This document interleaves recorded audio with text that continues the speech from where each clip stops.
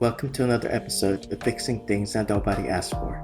In this video, I'm going to redesign Blarp, the lizard-like monkey in the 1998 film Lost in Space, a movie about a desperate bid to save humanity from a dying Earth in 2058.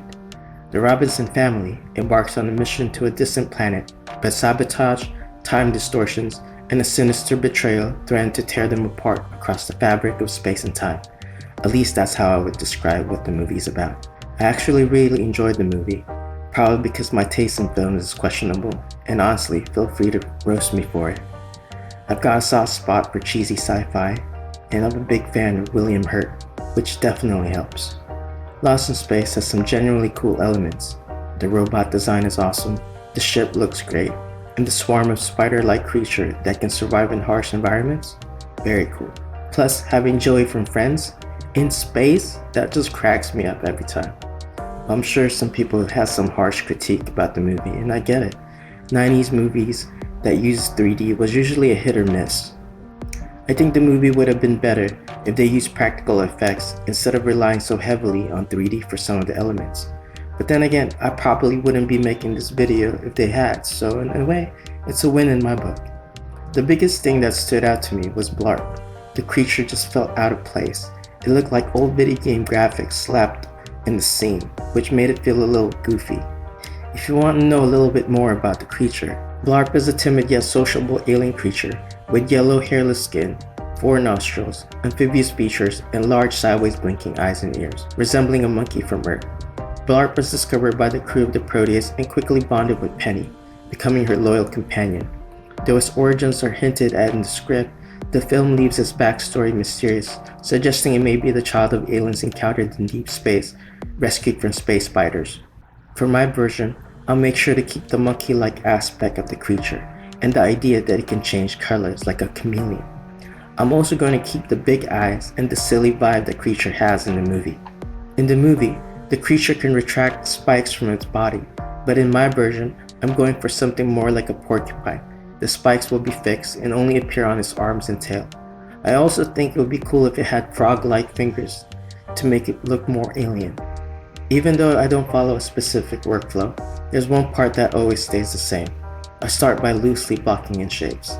It can look pretty chaotic at first, I know, but it's kind of like working with clay. Watching the piece slowly take shape in those early stages is one of my favorite parts of the process. I try not to get too attached to any one idea, and I don't force it when something isn't working.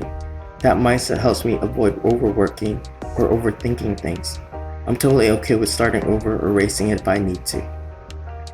Sometimes, when I have a bunch of ideas swirling around in my head, I pause whatever I'm working on and sketch them out right away, just so I don't forget, like when I'm exploring Blarp's facial expression, for example. Other times, if I get stuck on a design problem, I'll switch gears and work on something else that I can solve in the meantime.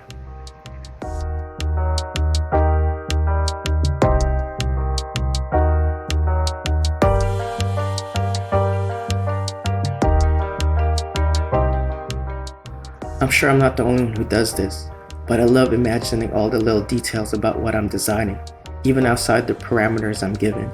Like maybe Blarp has 3 tentacles on its head, not just for looks, but because it evolved a way to sense tiny changes in air pressure to detect danger. Or maybe its vision is completely different from ours. What if it can even sense pheromones? I grew up watching David Attenborough's nature documentaries, and I think that's what sparked my fascination with animals and all the weird, wonderful quirks evolution gives them.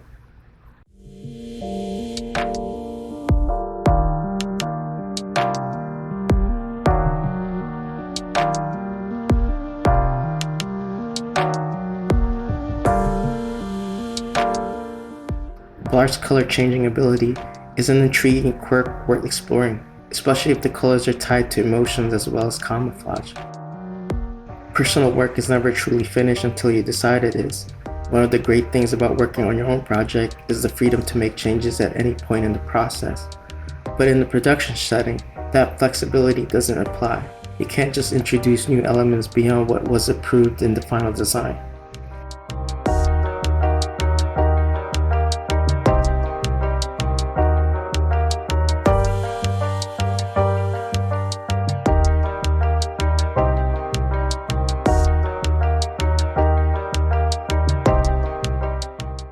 Well, here you go, the finished product.